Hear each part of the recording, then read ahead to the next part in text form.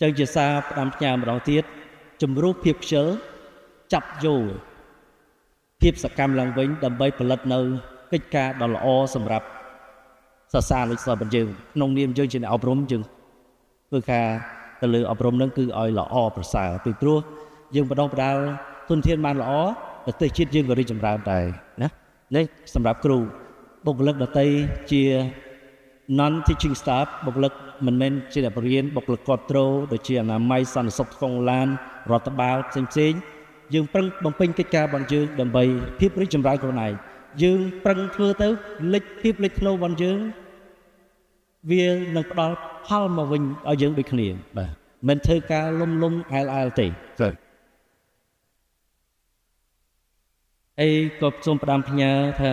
រៀនបន្តទៅណាទោះបីជាយើងចប់ថ្នាក់បណ្ឌិតអនុបណ្ឌិតបរិញ្ញាបត្រឬក៏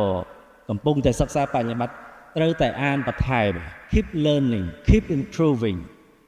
ខ្ញុំរីករាយដែលឃើញលោកវ៉ាន់ឌី coordinator គាត់រៀនបន្តរៀនរហូតរៀនខ្លីរៀនវែងឲ្យតែរៀនចេះហើយណារៀនបន្តយើងជាអ្នកផ្ដល់ការអប់រំបើយើងអត់រៀនខ្លួនឯងយើងមិនអាចផ្ទេរបានទេ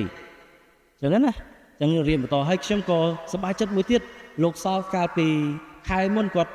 និយាយថាខ្ញុំឆេនហើយខ្ញុំបានផ្លាស់ប្ដូរហើយពីមុនខ្ញុំខ្ជិលរៀនឥឡូវគាត់រៀនគាត់ចាប់ដើមរៀន